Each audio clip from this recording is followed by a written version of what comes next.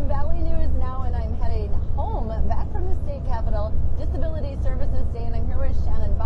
She is from CCRI, and we just took this whole busload of people. James is going to check it out. To the state capitol for Disability Services Day.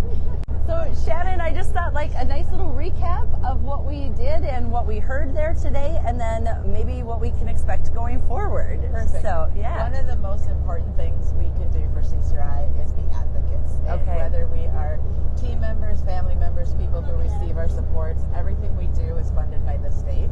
Okay. So when I need dollars to be able to get pay increases for our team members, any type of compensation things, I don't have the ability to wave a magic wand and say the service costs more, so that's how I'm going to get those dollars. The state has to give us that funding. Okay, that's incredibly interesting. I don't think that's something that everybody knows. Exactly. That you can't just say, oh, I just want to increase your wages, and I can. That actually has to be passed through legislation. Correct. Yeah? So whereas Okay. retail, fast food, they Yeah, they can just increase decide. the prices of their product Yep. to sell, they can come up with the dollars that way. I don't have that ability to do Wow. that. So that is why we rally all of our troops Okay. to be able to participate in our advocacy process. And one of the most important things we do every day, every year, is go to Disability Day Okay. at the Capitol. So it's super important for us to take the folks we support so their voice can be heard. Yeah. Their family members, our team members, whoever it might be, so they can give perspective to legislators. Because it's one thing for me to say it as the person who Right. runs the company, but for the person... No problem. Yep. That's right. We're on the bus. This is how it goes. It's real life, right? It's This real is life. how it It's works. real life. Exactly. Yes. It's so heavy. Okay. So for me to tell the story versus our team members to talk Yes. about what it's like to work short staff, Yes. to not make the same pay as someone who's flipping a burger Right. at some place in town, or for our people that we're supporting. What does it feel like for them when there's not enough staff to do Yeah. all the things that need to be done for them to get into the community? Yep. So for them to actually be at the Capitol, listen to the legislators, the governor, speak, Yeah. and then have the opportunity to speak to those folks afterwards, it's very, very impactful. It was very powerful to hear. So what we did was we drove down here early this morning. It came all the way down. There was a rally in the rotunda at the state capitol.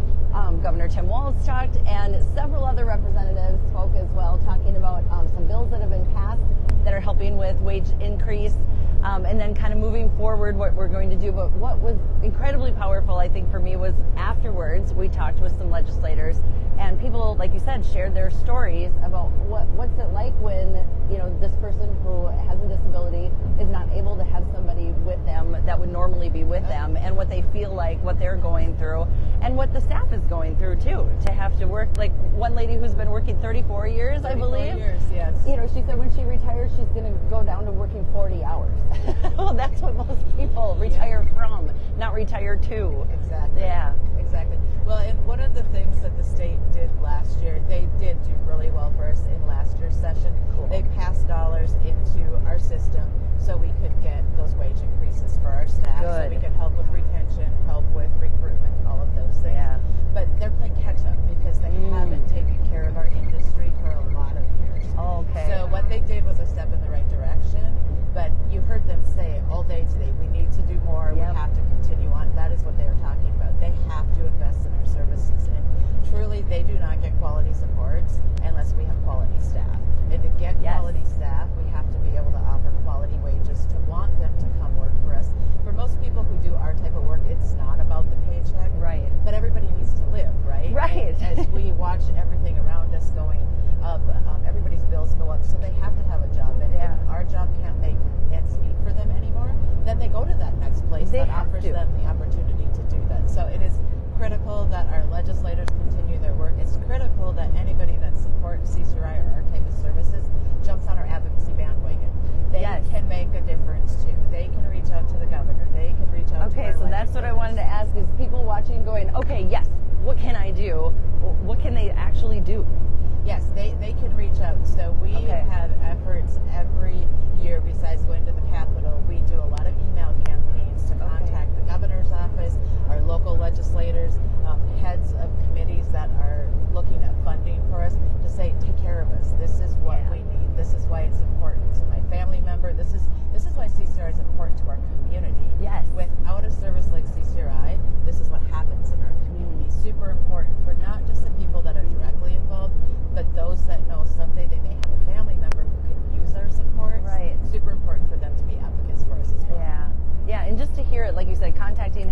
committees. I think if people hear it and understand what this means to someone personally, it's just completely perspective changing. Yes, definitely. We'll have another quick interruption here. Yes, no problem. Like I said, just riding the bus home from the day. And so I was kind of thinking, this is a big undertaking, and we saw many buses full of people there.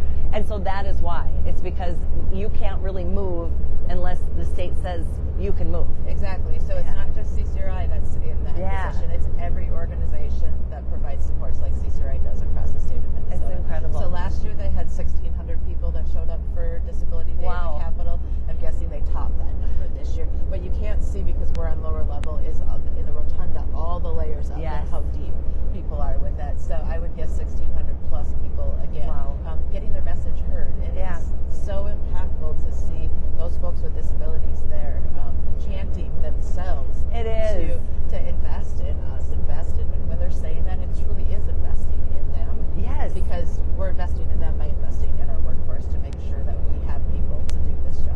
Yep, that they're cared for and that we value it too. I think there's a lot to be said for that. I heard a few different ones say, just that this work is valuable, and that's the way you show it. Even Governor Walz was like, "Show me the money," and I thought, yeah, that is fantastic. Yep. Now they all talked about that today. They just need to follow through on that first, because it's easy to say the words, right? Which is why we need to continue the advocacy efforts, because they can't forget about the impact they saw today, because there's this large group of people who show the value of the supports that we provide, but they can walk away from there. We don't walk away from that every day. No. We come back every single day, and they need to come back every session after session and show that they support this industry. That's so good. So well said. I have nothing better I could add to that by any means. Shannon, thank you. Yes. So really, truly, if that's touching your heart, make sure that you get on CCRI's Facebook page, on your website, see how you can join in the fight, and make sure that the legislators show up every single day